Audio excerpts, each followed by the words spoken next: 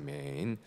이 시간 예루살렘의 몰락, 예루살렘의 몰락이라는 제목으로 하나님 말씀 증거하겠습니다. 오늘까지 우리가 예레미야 선지자에 대한 말씀을 듣는 시간입니다. 우리가 읽기는 역대하의 말씀을 읽었지만 그 주된 내용은 예레미야의 선지자의 예언한 내용이 하나님의 명령에 따라 예언한 내용이 그대로 이루어졌다라는 것을 말씀해 주는 것입니다. 그 예언이 이루어진 내용이 뭔가? 바로 예루살렘이 완전히 다 무너지는 것입니다.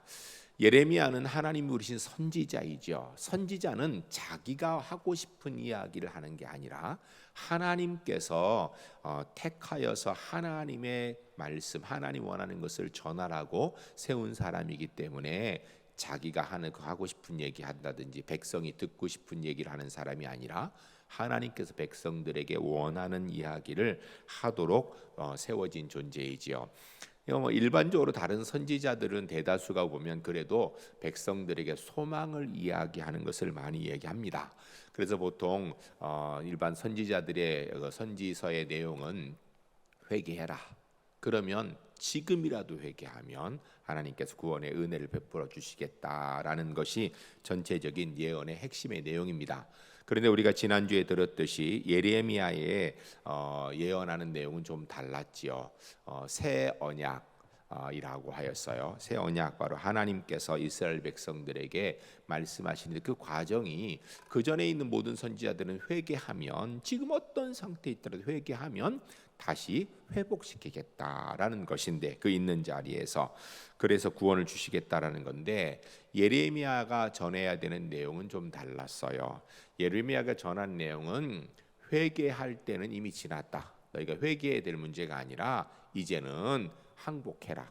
여러분, 이 항복한다는 이야기는 이스라엘 백성들에게 이게 말이 안 되는 이야기라는 것이 그들이 가진 생각이에요. 왜냐하면 자기들은 하나님의 백성이고 이곳은 거룩한 성 예루살렘이고 그 속 중심에는 하나님께 예배하는 성전이 있었기 때문에 이 사람들에게 있어서 외적이 침입하여서 우리를 이길 수 있다라는 것은 상상도 하지 못할 일이었습니다.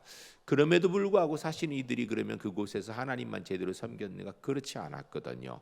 끝까지 하나님을 배반하고 그러면서도 하나님께서 그들에게 구원의 은혜를 주실 줄 또 결정적인 순간에 기대하는 그런 모습에 하나님께서 이제는 아니다. 이 성은 도저히 그들이 있을 수가 없다. 이 성전도 무너질 것이고 성도 무너질 것이다. 너희가 피해를 줄이는 길은 저 갈대아 왕 바벨론 왕에게 항복해야 된다라는 이야기를 하나님께서 예레미야를 통하여서 주신 것입니다. 이게 바로 새 언약이에요. 그러면은 그걸로 끝나는가? 포로로 끌려간다라는 거예요. 그래서 다 끝나는 것 같지만 하나님께서 하나님 백성들을 잊지 않고 다시 세우실 것이다라는 것입니다. 이것이 유대인들에게 있어서 참 받아들이기 어려운 이야기입니다. 왜냐하면 전통적으로 계속해서 그들의 조상부터 이어왔던 하나님의 명령의 말씀과는 완전히 다른 것이었어요. 유대인들은 그들의 생각에 예루살렘 성과 예루살렘 성전이 무너지는 것은 상상도 할 수 없었고 그들의 생각 속에서 있을 수도 없는 일이었는데 그것이 예언되어졌다라는 것입니다. 더군다나 실제로 예루살렘 성이 회파되어지고 성전이 무너지고 유린되어진 일이 일어났다는 것에 대해서 이스라엘 백성들이 굉장히 충격을 받습니다. 그런데 실제 진짜 충격을 받아야 되는 것은, 여러분, 성전이 물론 거룩한 장소이고 은혜의 장소이지만 그 성전만이 하나님이 임하시는 유일한 곳은 아니거든요. 하나님께서 직접 하나님의 손으로 이 땅에 세우신 곳이 성전이 아니거든요. 예루살렘에 성전이 있다 하여서 예루살렘 땅만 이 땅에서 영원하도록 빛나는 유일한 구원의 장소인 것은 아니거든요. 여러분, 요 사이에도 많은 사람들이 사실은 성지순례를 가지요. 예루살렘에 성지순례 가는 것, 이스라엘 땅에 가는 거, 그거 참 귀한 일입니다. 가면 신약 성경, 구약 성경에 있었던 역사적인 사건들이 성경 안에 세세히 기록되어 있는 것을 보면서, 야, 이 성경이 여기서 이렇게 됐구나라는 것을 확인하면서 은혜가 되는 땅, 예수님께서 2000년 전에 걸으셨던 그곳에서 우리도 함께 걸어가면서 기도하고 예수님께 세례받은 그곳에 나도 한번 가서 그 물이라도 만져보고, 그래서 사실은 거기에서 세례를 또 받는 사람도 있어요. 근데 그럴 필요는 없는데, 실제로는 그 장소이지 그 물은요 이미 2000년이 다 흘러갔어요. 흘러갔고 완전히 새물인데, 그럼에도 불구하고 어떤 분들은 그 물을 받아와 가지고 요단강에서 예수님 세례받은 물이라고 하면서 세례를 또 베풀고 그러는데, 제가 볼 때는 쓸데없는 짓입니다. 우리가 요단강을 보면서 주님께서 이곳 세례 받은 곳이구나. 그럼 나도 그 장소에 한번 들어가서 물도 만져보고 또 물이 좀 들어가도 괜찮아요. 그렇지만 그걸로 끝이거든요. 그런데 지금도 많은 사람들의 생각에 예루살렘은 거룩한 땅, 이 대한민국 울산 여기는 뭐 덜 거룩한 땅 이렇게 생각해요. 여러분, 거룩은요 하나님께서 들어 쓰시는 곳이면 언제든지 거룩한 곳이에요.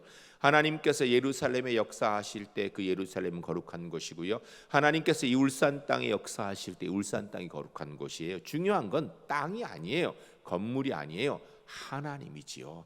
그러므로 이스라엘 백성들에게 있어 실제로 가장 중요한 것은, 물론 여러분 우리가 이 예배당 귀하게 생각하고 거룩하게 생각하고 은혜로 생각하는 거 그 나쁜 거 아닙니다. 그러나 여러분 이 건물이 곧 하나님인 줄 착각하면 안 되거든요. 그런데 이스라엘 백성들의 생각에 그 생각이 가득해요. 그래서 그들에게 있어서 진짜로 자기들이 세워야 되는 진짜 성전에 대한, 하나님이 거하시는 곳에 대한 생각은 별로 없고, 눈앞에 보이는 건물에 그 많은 것들을 집중했고, 그 눈앞에 보이는 그 땅에 온 마음을 두었던 것입니다. 그 일이요 지금까지도 사실은 세계 가장 큰 화약고인 이 팔레스틴 문제, 예루살렘의 문제 지금까지 있습니다. 예루살렘에 가면요 지금도 이 올드 시티라 그래서 성전이 있었던 다윗성, 그 예루살렘 성을 중심으로 해서 그 안쪽은요 4분의 1로 딱 나눠져서 모슬렘, 그리고 또 유대인들, 기독교인, 알메니아인들 이렇게 나눠서 있습니다. 그리고서 그 모슬렘 지역에 가면 거기에 딱 황금 돔이 있어요. 그게 뭐냐면 모스크예요, 모스크. 사실은 그 자리가 성전이 있었던 핵심적인 자리라고 생각해요. 그래서 거기를 이스라엘 사람들도 뺏고 싶어해요.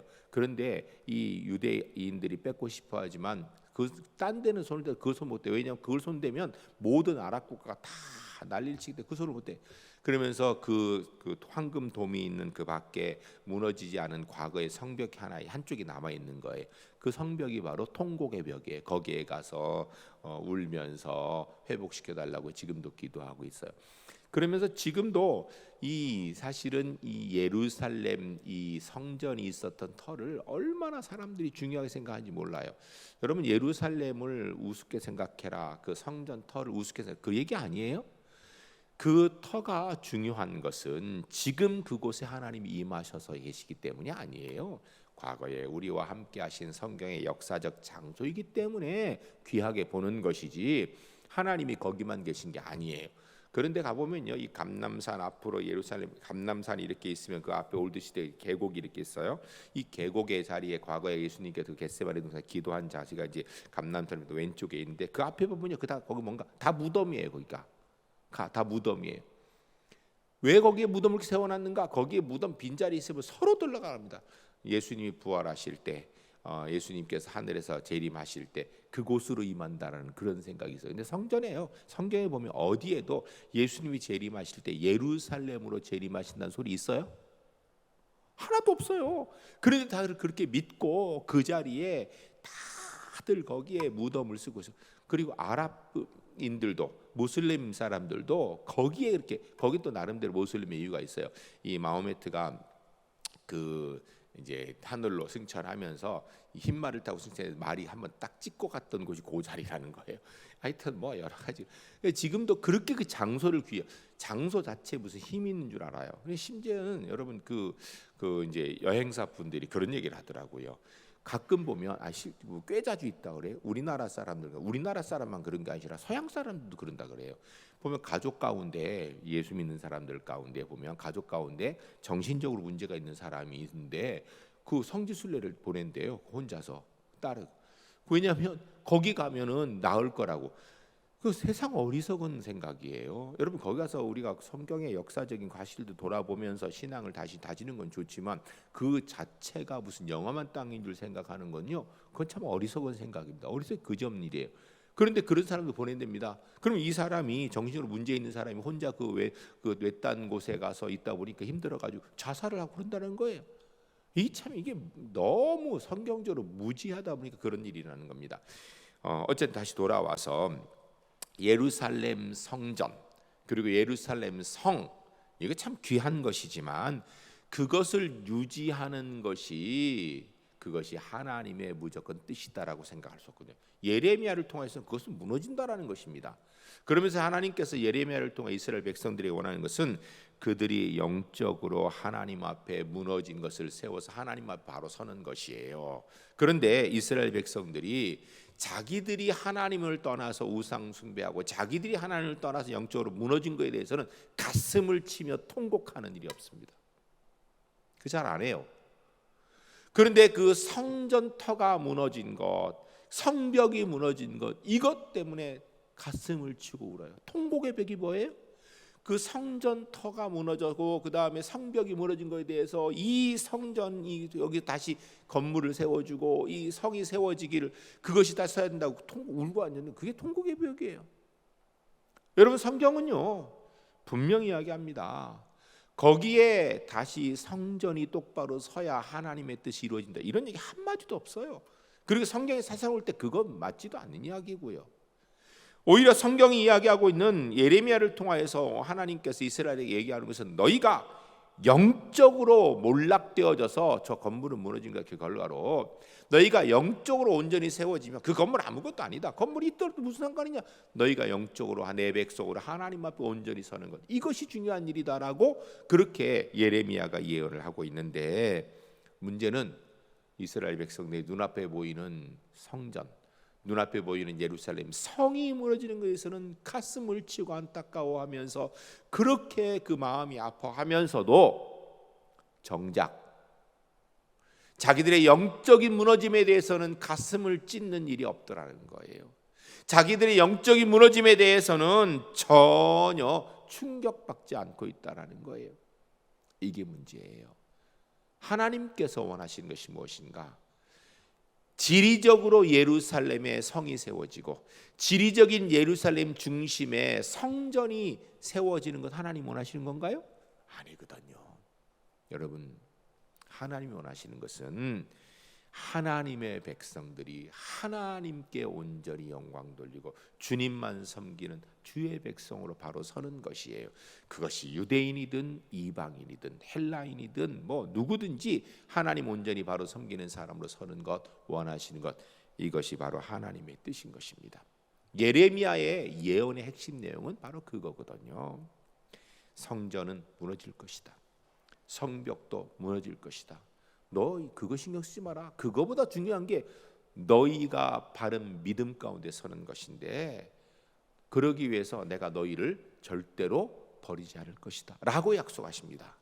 근데 이스라엘 사람들은 그 이야기를 들으면서도 그거에 대한 생각은 없어요. 무슨 생각만 성전이 무너지는 것, 예루살렘 성이 무너지는 것 이것만 생각하고 안타까워하고 그런 생각을 하는 거예요. 기억하시기 바랍니다. 오늘 우리가 읽은 전체 성경의 마지막 내용 이렇게 얘기하죠. 예레미야가 예언한 대로 되었더라라고 얘기하고 있어요.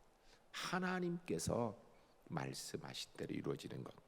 결국 우리가 이 땅에서 하나님 백성으로 살아간다는 이야기는요.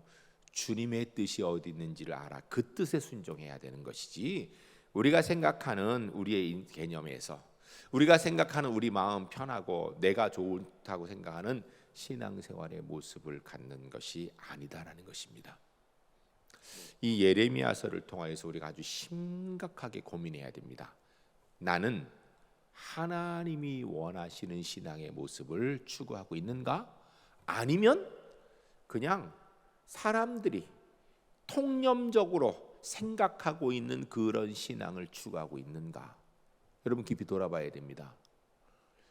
제가 가끔 이야기하죠. 여러분 신앙은요 민주주의도 아닙니다. 신앙은 다수결에 의해서 결정되는 게 이게 좋은 신앙, 나쁜 신앙이다. 많은 사람들이 좋아하면 그것이 좋은 신앙이라고 이야기할 수 있는가? 아니에요. 하나님의 뜻이 이루어지고 그 뜻에 순종해야 그 좋은 신앙이에요. 많은 사람들이 다 공감하며 이게 좋습니다, 저게 좋습니다. 여러분, 그 사람의 뜻일 확률이 높아요. 온 인류가 다 좋다 해도요, 하나님께서 아니라 그러면 아닌 거예요.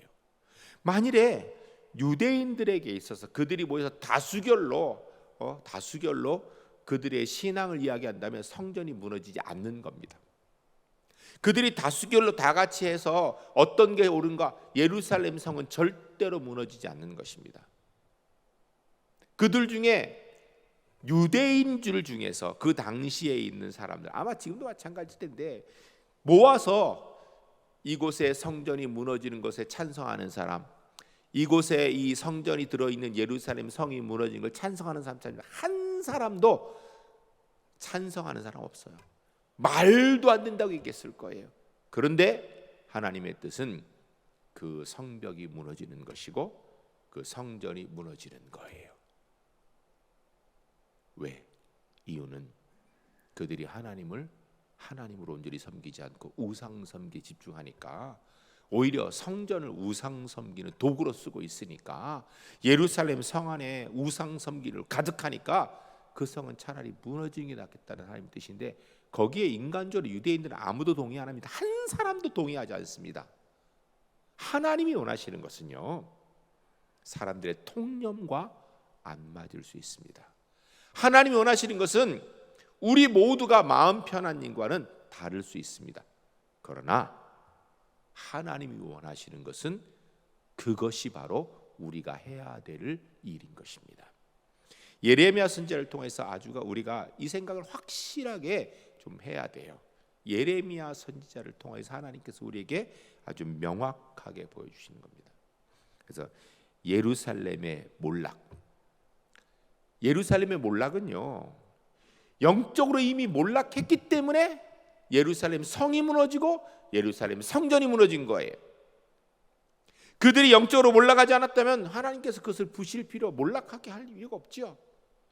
그런데 하나님께서 만일에 성전 자체가 목적이고 성 자체가 목적이라면 그것 다시 세우는 데 집중하였을 거예요. 그러나 하나님 그렇지 않으셨거든요. 왜냐하면 하나님은 건물보다 하나님의 백성들이 영적으로 하나님 앞에 살아있는 존재로 하나님 온전히 섬기는 것을 중요하게 생각하시기 때문입니다. 오늘 이 예레미야의 예언의 말씀을 통하여서 우리가 이 점을 확실히 했으면 좋겠어요.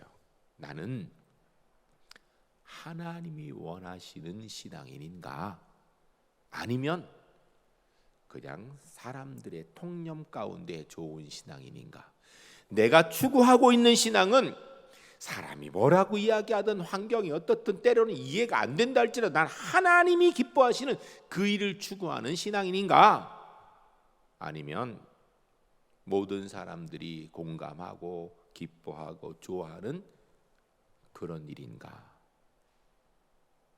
여러분, 물론 하나님을 따른다고 세상 사람들과 다 무조건 반대의 길을 가야 된다, 그런 얘기를 하는 거 아니에요. 그렇지도 않고요.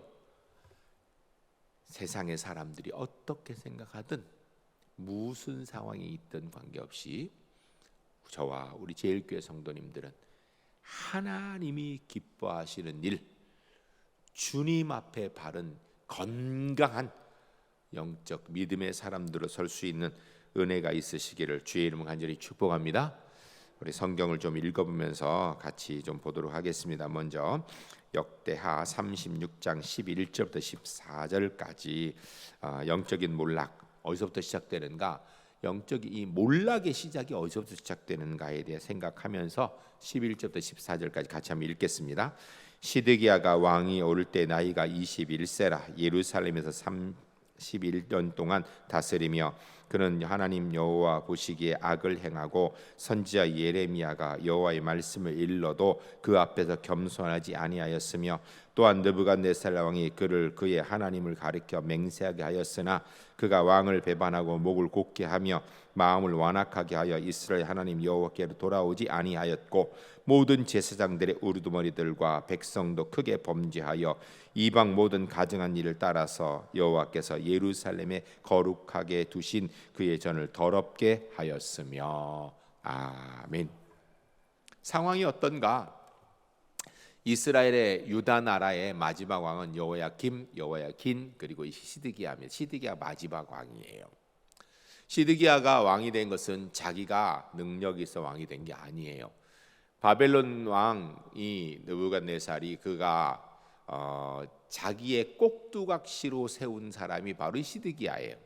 너 내 말 잘 들어라 하고 여호야김을 패하고 그리고 세운 사람, 여호야김 긴을 패하고 그리고 세운 사람이 바로 시드기야예요. 그리고 느부갓네살 왕이 그에게 너 똑바로 나를 잘 섬겨라, 너 네 하나님 앞에 맹세해라라고 맹세까지 시킨 그런 사람이에요.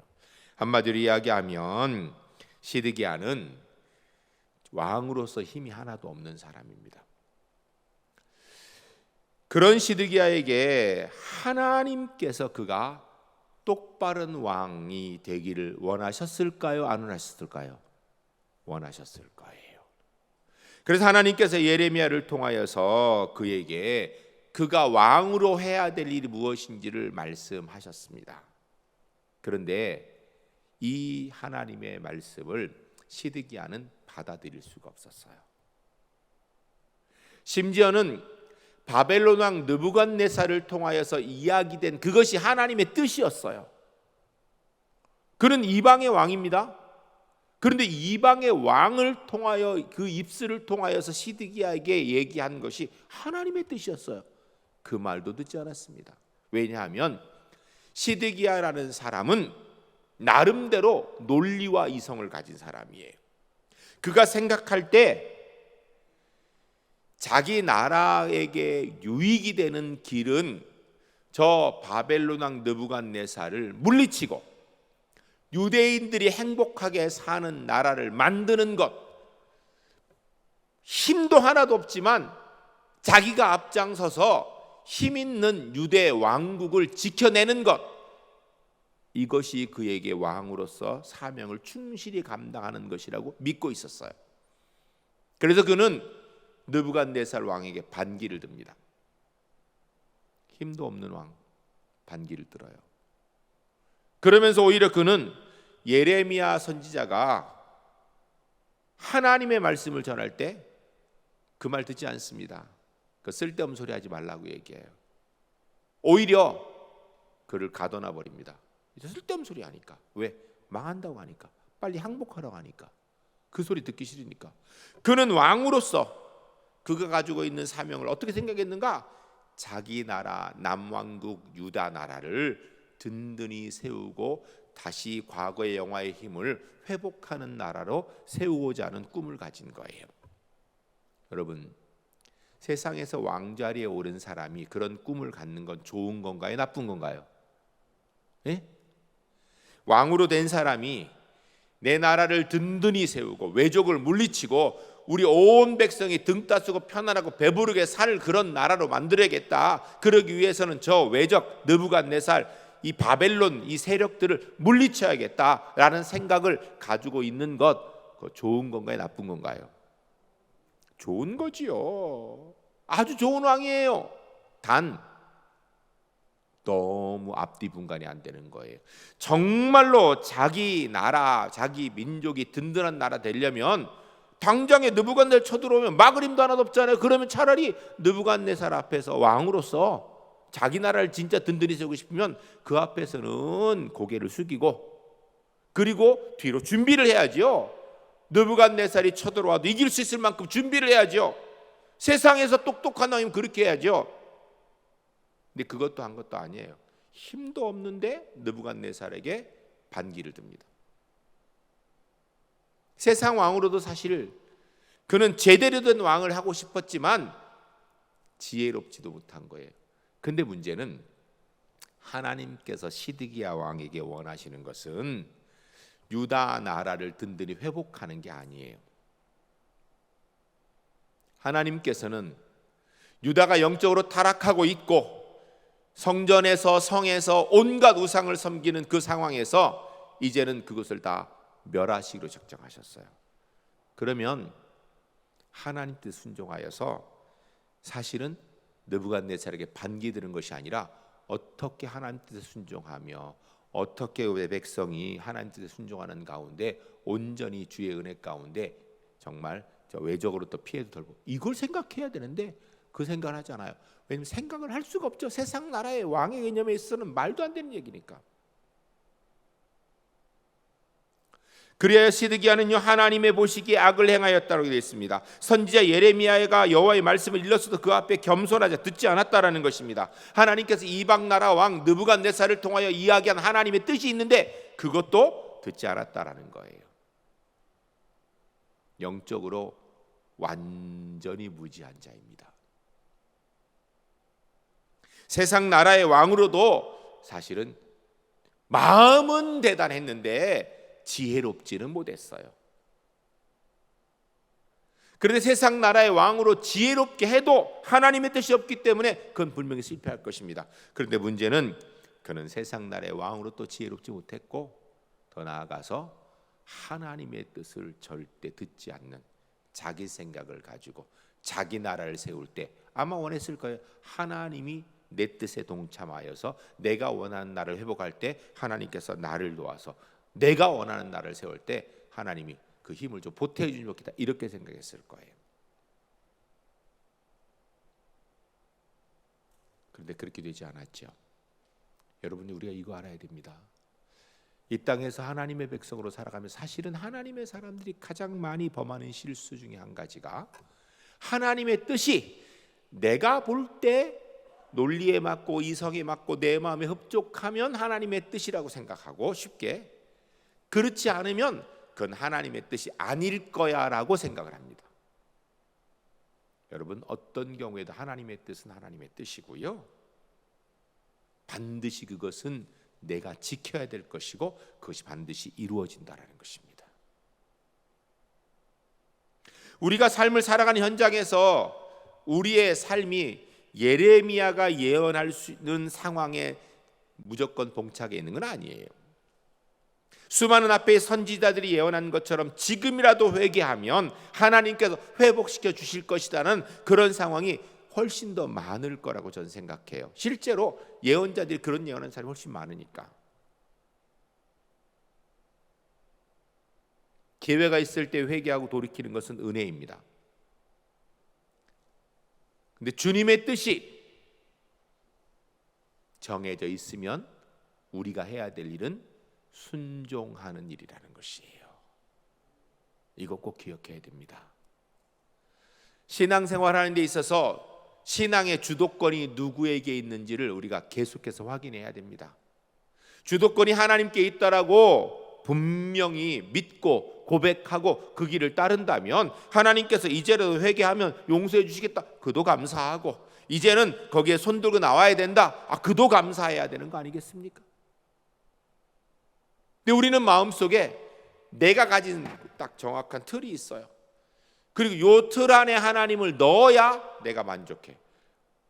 이 틀 안에 들어가지 않으면 이건 하나님 아니야, 뭔가 잘못됐어 라고 생각을 하는 경우가 너무 많아요. 여러분, 그거는 누가 주도권을 가진 거예요? 내가 주도권을 가진 거예요. 누가 하나님이? 내가 하나님인 거예요. 여러분, 옳은 신앙 아닙니다.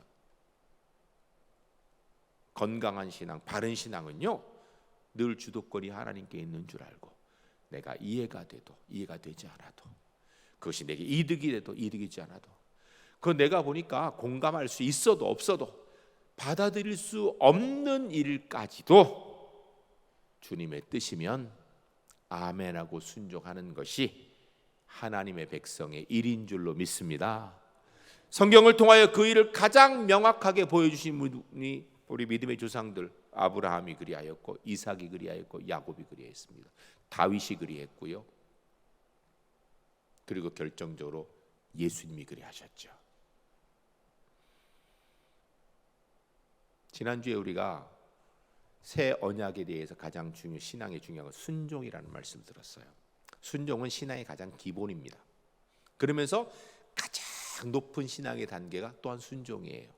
왜냐하면 상황에 따라서 아무것도 아닌 일을 순종하는 거, 그건 쉬울 것 같아서 우리가 기본이라고 생각해요. 그런데 사실은요, 그 작은 것 하나 제대로 순종하는 게 중요한 거예요. 그 순종하는 믿음이 결정적으로 내 생명을 다하여 순종해야 될 일에 순종하는 거예요. 아브라함이 모리아 산에서 그 아들 독자 이삭을 바칠 때에 그가 하나님 명령에 순종한 것, 자기 생명 놓는 일이거든요. 차라리 내가 죽지 나의 독자 이삭을 어떻게 번제로 바치나, 그리하지 않았거든요. 주님의 뜻이니까 순종한 거예요. 예수님께서 십자가를 앞에 두고 기도하신 주님의 겟세마네 동산의 기도를 잘 살펴야 됩니다. 뭐라 그랬어요? 아버지여, 모든 것이 아버지께 있사오니. 무슨 얘기예요? 주님께서 모든 걸 주장하신다라는 거예요. 그러면서 뭐라 그래요? 할 수만 있다면 이 잔을 내게서 물리시옵소서. 나 이거 안 하고 싶습니다. 십자가 이거 내가 안 지고 싶습니다. 그런데 뭐라 그러세요? 그러나 나의 뜻대로 마시고 아버지의 뜻대로 하옵소서. 이것이 바로 우리가 가져야 되는 신앙의 모습이에요. 예레미야 시대에 시드기야가 가져야 될 신앙의 모습이었어요. 그런데 전혀 그리하지 않았거든요.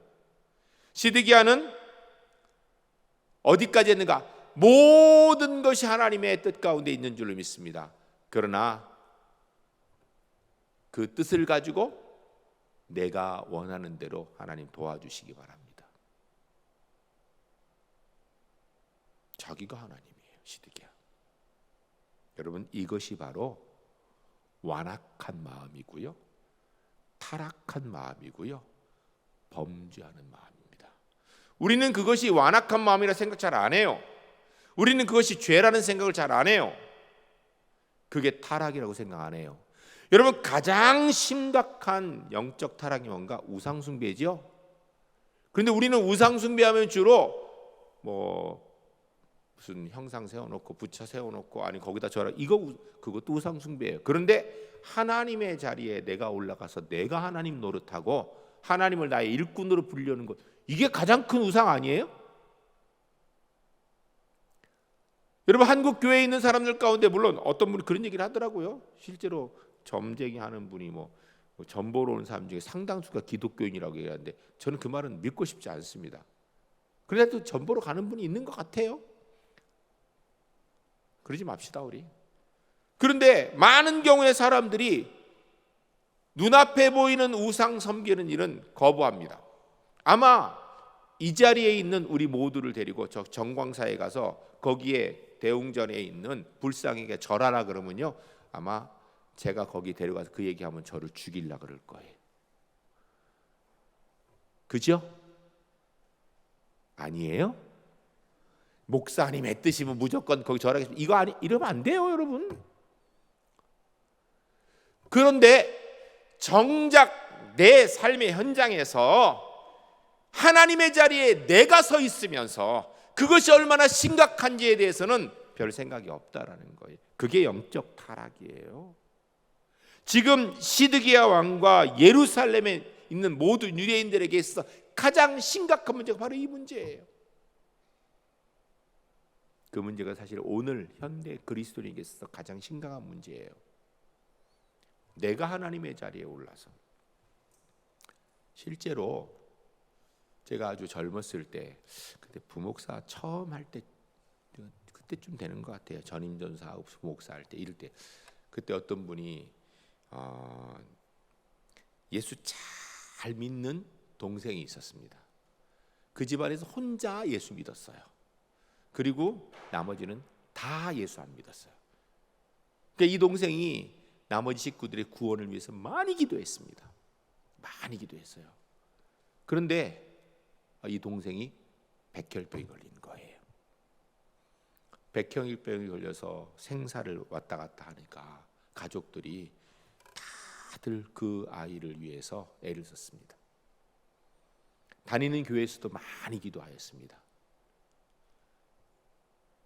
제가 그 교회에 부임했을 때 이미 그 동생은 죽었어요. 그런데 이 죽기 전에 이 동생이 자기가 많이 아플 때 가족들에게 내 마지막 소원이니까 다 예수 믿고 함께 교회 갔으면 좋겠다고 부탁을 했어요. 온 식구가 다 교회 등록했어요. 그런데 백혈병이 좋아지기도 하고 나빠지다 결국은 한 2, 3년 이렇게 꺼는 가운데 죽었어요. 하나님 그 생명 데려가셨어요. 그런데 놀라운 것은 그 나머지 식구들이 다 그 기회로 예수님 믿는 사람들이 됐어요. 근데 그 언니가 이제 저랑 제가 신방을 와서 만나게 됐는데 그러는 거예요. 이 언니가 하는 얘기가 그대로 얘기를 하면, 목사님, 전 정말 이해가 안 됩니다. 그 아이를 통하여 우리가 다 예수 믿게 된 거, 그건 참 감사한 일인데 하나님께서 그 아이를, 우리가 다 교회 나왔으면 살려주셔야지 어떻게 그 아이를 데려가실 수가 있습니까? 이게 하나님 진짜 맞습니까? 라고 묻더라고요. 여러분, 이런 질문은요, 우리가 사실은 상황과 환경이 좀 다를 뿐이지 끊임없이 하고 있거든요. 그 얘기의 핵심 뭐냐면, 내가 가진 생각과 내가 가진 사고에 이게 하나님이 이해가 안 된다라는 거예요. 여러분, 하나님의 뜻이 이해가 안 되면 믿으시기 바랍니다. 이해하려고 하지 말고요, 믿으세요. 왜냐하면 하나님은 우리가 이해할 수 있는 존재가 아니에요. 믿어야 되는 존재이지요. 근데 우리는 자꾸 하나님을 이해하려고 그래. 그러니까 내 틀에 딱 가도록, 이게 왜 이해가, 이건 하나님 아닌 거 아닌가? 라는 생각을 하는 거예요. 한번 따라하겠습니다.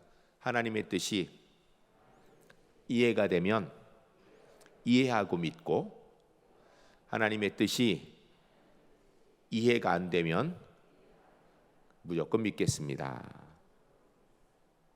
크게 해요. 마지막에 기 들어가셔야 해요. 이해가 안 될 때는 무조건 믿겠습니다. 여러분, 이해가 돼야 믿음이 생기는 게 아니에요. 그리고 이해가 돼야 믿는 게 아니에요. 예수님의 십자가 사건은 이미 이해를 할 수 없는 상황이에요. 그건 이해가 안 되고요, 계산도 안 되는 상황이에요. 믿음은요, 그냥 하나님은 언제나 오르시고 나는 그 뜻에 무조건 순종한다, 이게 믿음이지, 하나님 나 이해시켜 보세요, 이건 믿음 아닙니다. 하나님께서 우리를 이해시킬 이유도 없으시고요. 전 우리 제1교회 성도님들이 주님의 뜻이라면 무조건 순종할 줄 아는 하나님의 사람들이 주 안에서 꼭 될 수 있기를 주의 이름 간절히 축복합니다. 여러분, 믿음은 주 하나님이 하나님이심을 고백하고, 내가 하나님의 백성인 위치를 고백하고 그 위치를 지키는 게 믿음이에요. 내가 하나님의 자리에 서서 내가 원하는 대로 되기를 바라는 게 믿음이 아니에요. 따라하겠습니다. 나의 믿음은 하나님이 하나님이시고 나는 하나님의 자녀입니다. 하나님은 언제나 오르시고 나는 그 하나님 뜻에 순종합니다. 할렐루야. 그렇게 살아시기 바랍니다. 기도하겠습니다.